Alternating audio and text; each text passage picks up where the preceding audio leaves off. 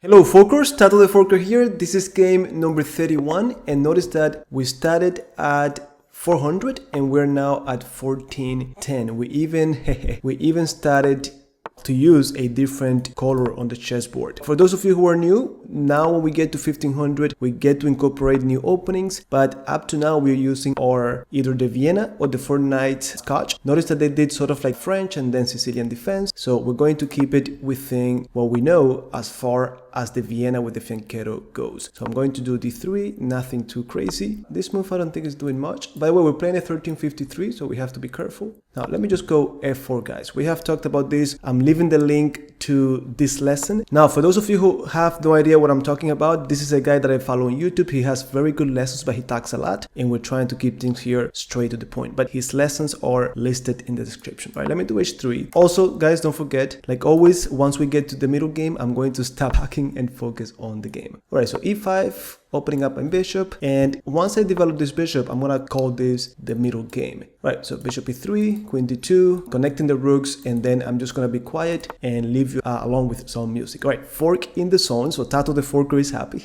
Let me, you know what? Let me do d4 myself. All right, let's just play chess. Knight a4, should I take? Nah, queen d2. I like queen h5. I also like this, followed by this. All right, let me just go knight b5. I really like that weak square. Also, I'm leaving the link to a lesson on weak squares, guys. All right, let me go for it. And that's going to be a really powerful knight on d6.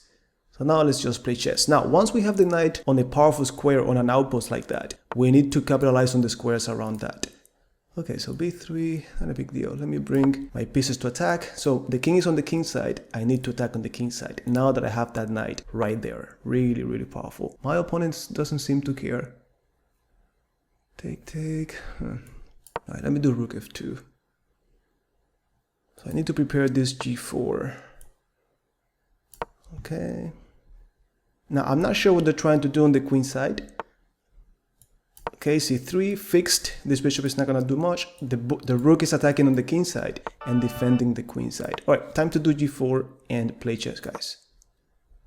Ooh, look at that powerful knight. They decided to give material for it. So should we do g5 or what? Yeah, why not? Putting pressure on the weak, on the left behind pawn. Putting pressure on the left behind pawn. I also like the open file, but I need to be careful with this guy. Very, very careful. Okay, that was a good move. I gotta say, that was a very good move. Okay, so do we use the G file? I like it. I like it. Nah, let me use... drop the pawn. No, he didn't see it. All right, 16 seconds, like I always tell you, this is plenty of time. No need to rush. Now, putting pressure on it, there's a pin, so I could take this pawn. Let's see what they're going to... Okay, they don't really care. This should be now pretty easy, guys. We're winning by a lot. Rook versus bishop. Those pawns are going to fall on the queen side. All right, so I think this is going to be the first one.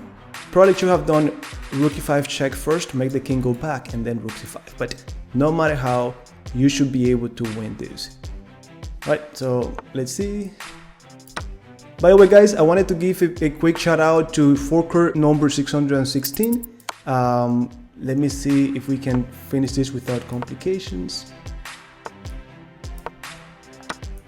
Okay. Now this pawn is not gonna go anywhere, I think. Let me take this one. Now check. No, not gonna go anywhere, my friend. And notice how, since we have the increment, we have no reason to be concerned. Now my pieces on dark squares, I don't want to make the silly mistake to fall for a skewer or anything like that. And now we just push. Don't pre-move, because they could do something like this and then go. Okay, Forkers, like always, don't forget to subscribe and let me know in the comments what subscriber or Forker number you are. See you in game number 32.